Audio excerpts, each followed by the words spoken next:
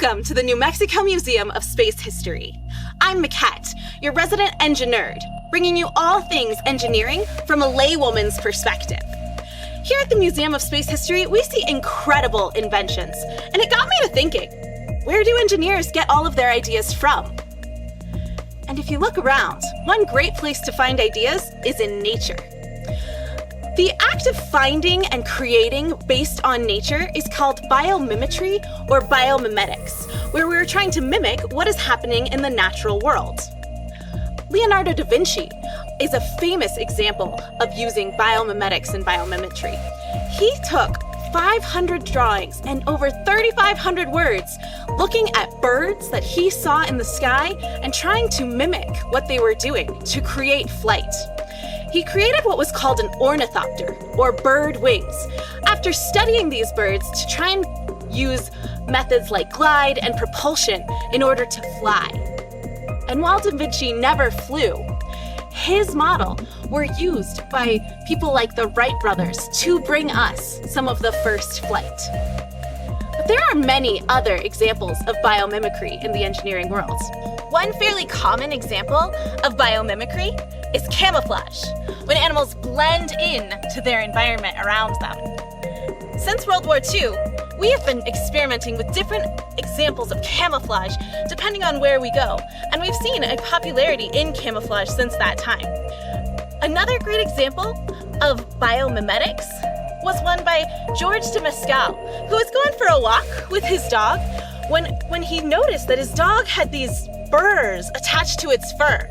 And as he was pulling the burrs off, he noticed that the burrs had a really unique hook and latch system, which gave him an idea.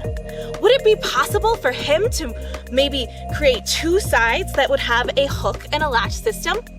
And thus, Velcro was created, one of the only reusable adhesives, one of the only things we can use to stick and unstick to each other using the exact same hook and loop system that he saw on the burrs on his dog.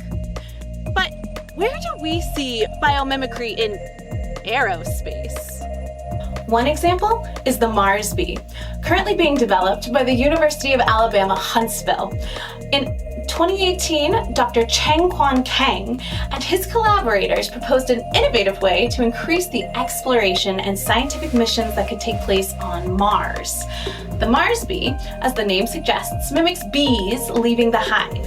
Each Mars bee is a bumblebee-sized robot with large cicada-like wings that create enough lift for each Mars bee to stay aloft in the ultra-low density Martian atmosphere. Because Mars bees mimic compliant wings, like insects, the wing shape can be changed in flight, which results in fewer disruptions to airflow. That means less drag, and for a machine, better fuel economy. Now, Mars bees will most likely have a home base rover that would be like the robot hive, where the robots could recharge and the rover could submit the Mars bee data.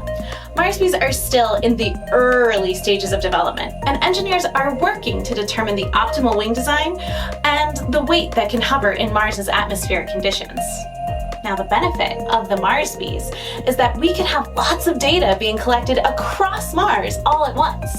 We would not be relying on one single robot to retrieve information, so projects on Mars can be more resilient. And due to their relatively small size and volume of airspace, they can be scaled and tested in a variety of facilities. So you see, biomimicry is happening all around us in multiple fields of engineering. I want to hear from you. What's your favorite example of biomimicry?